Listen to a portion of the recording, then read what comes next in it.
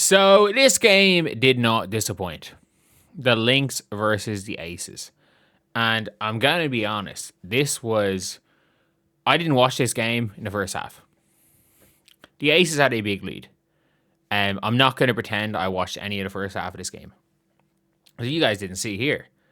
Like, it was at the stage where, even in the first quarter, the Aces were given a 90% chance of winning. They were given a 90% chance of winning. They were up big. Like 24-11 to start the game. And even going into halftime, you're like, it's a 13-point game halfway through the second.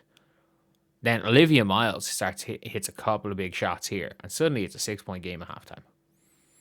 You're like, oh shit. The Minnesota Lynx are coming back into it. And as time goes on, you're seeing like Minnesota are just creeping back into this game. And in the fourth quarter, it was unbelievable.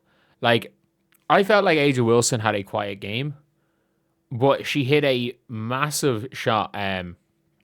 She had a massive shot to what looked like was going to ice the game or to give him a lead. I think, didn't she? I think she gave him the lead here. So they're up a good bit. The Lynx come back in this game off the back of some good defense. And where is it? Is it 90? Yeah, this one here. She made a nice 15-footer, and then in the end, she hit her free throws to win the game. But, like, Natasha Howard has been fantastic this season. Natasha Howard got fouled out, to be honest, rightfully so.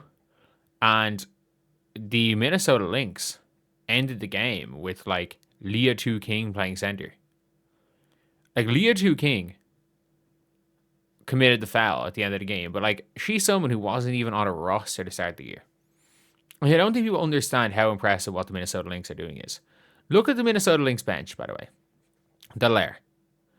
Somebody that just barely has not made the league. I think she's like, what, a 28, 29-year-old rookie? 31-year-old rookie. Good player, 31-year-old rookie. Tiara McCown out of the league. Amaya Caldwell was drafted by the Portland Fire in the expansion draft, and they were going to cut her. So let's just say, if the Minnesota Lynx did not exist, out of the league, I actually don't think a team would have called Olakosu up at this stage. I fully believe she'd be still playing in Russia and still being a stash player. Out of the league. Like, this is, on paper, the worst bench in the WNBA. Nia Coffey. Like, I don't think people understand how bad Nia Coffey was playing overseas this year. She was bad last year for Atlanta. Like, she's had times where I've over the last 2 seasons where I'm like, okay, yeah, I kind of rate Nia Coffey. I kind of like some of the things Nia Coffey does. And I'm like, I thought she was really bad for Atlanta last year. And I watched a good bit of the Atlanta Dream because I like Carl Smesco's sprint up and down offense. I enjoy watching the Atlanta Dream play. And I'm going to be real. Like, she didn't do anything. She was getting DNPs. Like, they literally have there is a starter that was getting DNPs last year.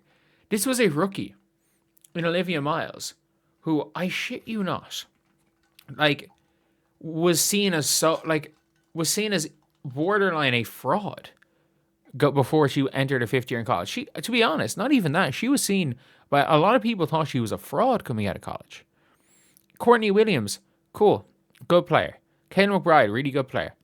Natasha Howard, for 2 years in Dallas, she was seen as this. She stopped playing defense, and she was seen like as a I don't mean like a nuisance, but like a empty stats player. Oh yeah, she's just gonna go and get her shots up. She doesn't care about defense anymore. She doesn't care about winning.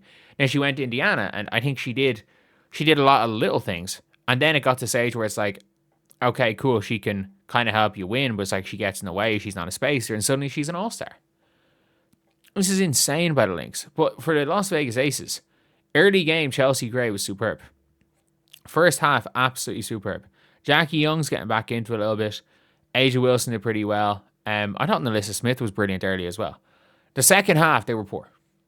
I have to say they were poor. Ballsy from Jewel Lloyd. It was a soft foul, but it couldn't have been overturned when Jewel Lloyd shot a 3, and she after shooting 4 of 8 on the year on free throws, goes and hits 4 or hits all 3 when they're down 1. Like, that is impressive. It is absolutely impressive that she hit those free throws. The big problem is that, like, a Kennedy Carter hardly played. Look, I don't know what's going on there. But the Aces, look, I don't know how the Aces are going to last the season. Because, like, they had to play Stephanie Talbot 20 minutes. Like, they had to play her 20 minutes. Like, if Steph Talbot's playing 20 minutes, something's gone wrong. Like, something's gone seriously wrong. Bree Turner on their roster, it is what it is. But I don't know, like, I'm probably low. I'm higher on the Aces this year than I was last year. Because I think Age has just gotten better. Again, Age is shooting 50% from 3. Like, Age's percent on the year is 52, 55, 83. Like, they are silly percentages.